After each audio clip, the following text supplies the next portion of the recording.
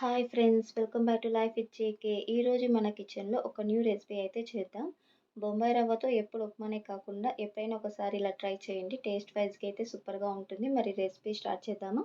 ముందుగా 2 పెద్ద సైజు ఆనియన్స్ని ఇలా నిలువునా కట్ చేసుకొని లేయర్స్ అనేవి విడివిడిగా చేసుకోవాలి. ఇందులో 2 గరిటెల బొంబాయి రవ్వ, ఒక గరిట పెరుగు, అలాగే సన్నగా కట్ చేసుకున్న 2 పచ్చిమిర్చిని వేసి రుచికి తగినంత ఉప్పు వేసి బియ్యం పిండి 2 స్పూన్స్ వేసుకుంటూ బాగా మిక్స్ చేసుకోవాలి. ఇక్కడ బియ్యం పిండి వద్దు అనుకుంటే శనగపిండి అయినా యూస్ చేసుకోవచ్చు. ఉల్లిపాయల్లో ఉండే వాటరు పెరుగుతోనే బాగా మిక్స్ చేయాలి. తర్వాత కొద్దిగా వాటర్ పోసుకొని పిండి ముద్దలా చేసుకోవాలి. సన్నగా తరిగిన కొత్తిమీర వేసి బాగా కలిపి పిండి ముద్దలా చేసుకొని ఒక 5 మినిట్స్ మూత పెట్టి రెస్ట్ ఇవ్వాలి. ఈలోపు రవ్వ అనేది బాగా నానుతుంది. 5 మినిట్స్ తర్వాత చపాతీ ముద్ద తీసుకొని ఇక్కడ నేను ప్లాస్టిక్ కవర్ తీసుకున్నా. మీరు కావాలి అంటే బటర్ పేపర్ అయినా తీసుకోవచ్చు. పిండి ముద్దని తీసుకొని రౌండ్గా చేసి ఇక్కడ పిండి చేతికి అతుక్కోకుండా వాటర్ కానీ ఆయిల్ కానీ లైట్గా అత్తుకొని ప్లాస్టిక్ కవర్ పైన వేళ్ళతో ఒత్తుకోవాలి. ఈ ప్లాస్టిక్ కవర్కి ముందుగా ఆయిల్ అనేది అప్లై చేయండి కొద్దిగా.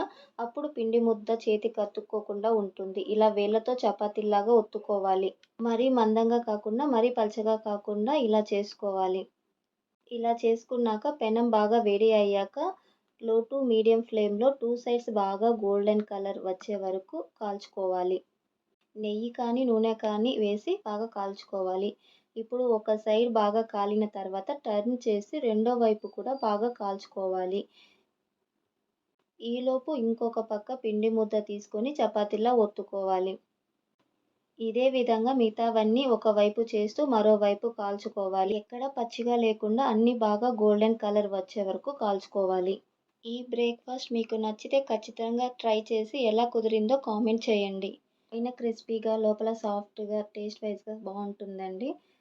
రెగ్యులర్గా మనం చేసుకునే ఉప్మా ప్లేస్లో ఒక్కసారి ఇలా బొంబాయి రవ్వతో ట్రై చేయండి. ఫ్రెండ్స్, ఈ రెసిపీ మీకు నచ్చితే లైక్ చేయండి, షేర్ చేయండి. ఇలాంటి మరిన్ని న్యూ రెసిపీస్ కోసం లైఫ్ విత్ జేకే ఛానల్ని సబ్స్క్రైబ్ చేసి బెల్ ఐకాన్ని ప్రెస్ చేయండి. మళ్ళీ మరొక వీడియోతో కలుద్దాం. Thank you so much.